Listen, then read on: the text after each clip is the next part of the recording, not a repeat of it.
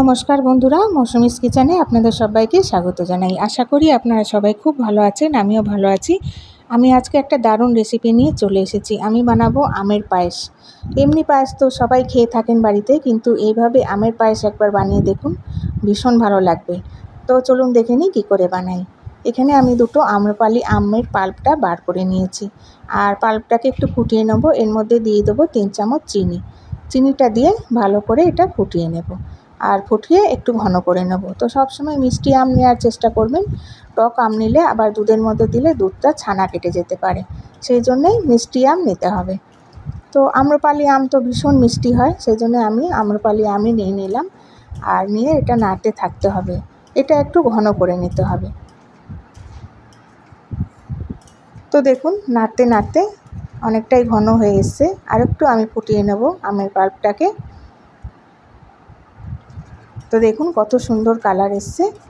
তো ফোটাতে ফোটাতে আমের পাল্পটা একদম ঘন হয়ে এসছে।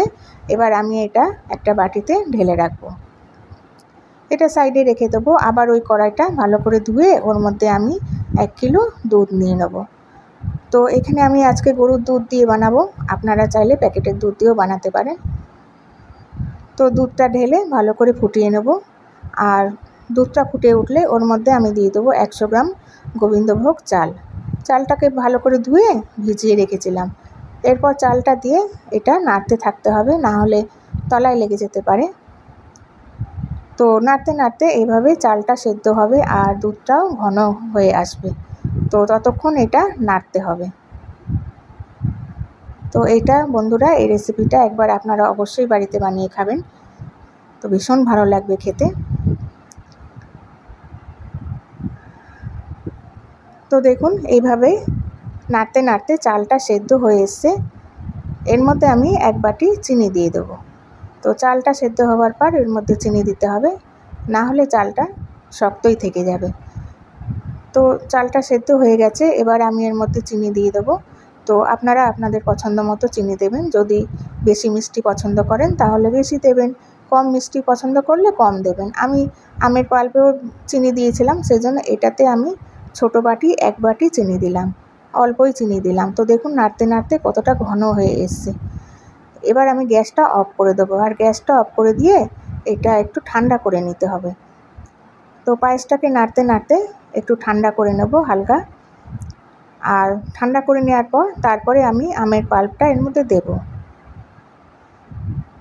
তো দেখুন নাড়তে নাড়তে তো অনেকটা ঠান্ডা হয়ে এসছে। তো হালকা ঠান্ডা করে নিতে হবে, একদম গরম অবস্থায় পাল্পটা না দিলে ভালো হয়। তো হালকা ঠান্ডা করে নেওয়ার পর তারপরে আমের পাল্পটা এর মধ্যে দিয়ে দেবো, আর দিয়ে আস্তে আস্তে নাড়তে হবে। তো নাড়তে নাড়তে আমের পাল্পটা আর পায়েসের সঙ্গে মিশিয়ে নিতে হবে।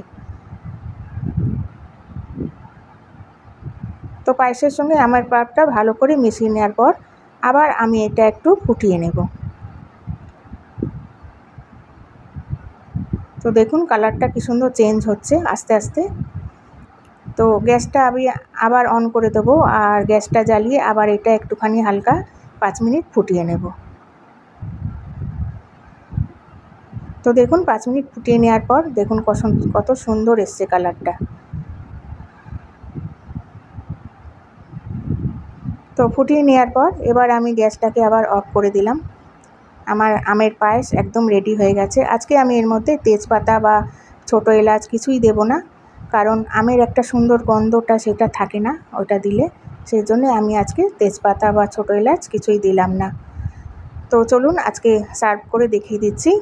তো একটা বাটির মধ্যে আমি আমের পায়েসটা ঢেলে নিচ্ছি, আর ঢেলে নেওয়ার পর ওর ওপর থেকে একটু কাজু কিশমিশ দিয়ে সাজিয়ে নেব। তো আপনারা চাইলে আমের ছোট ছোট টুকরো করেও এর উপর দিয়ে দিতে পারেন। পায়েসটা খাওয়ার সময় আমের টুকরোগুলো মুখে পড়লে ভালো লাগে খেতে। তো আজকে আমি আমের টুকরো দিলাম না, কাজু কিশমিশ দিয়ে সাজিয়ে দিলাম। তো ব্যাস আমার আমের পায়েস একদম রেডি। তো আজকে আপনাদের এই রেসিপিটা কেমন লাগলো আমাকে অবশ্যই কমেন্টস করে জানাবেন, লাইক শেয়ার করবেন, আর প্লিজ সাবস্ক্রাইব করে দেবেন। আমি আবার আসবো একটা নতুন রেসিপি নিয়ে। আপনারা সবাই সুস্থ থাকবেন, ভালো থাকবেন। আজকের মতো আসছি, থ্যাংক ইউ।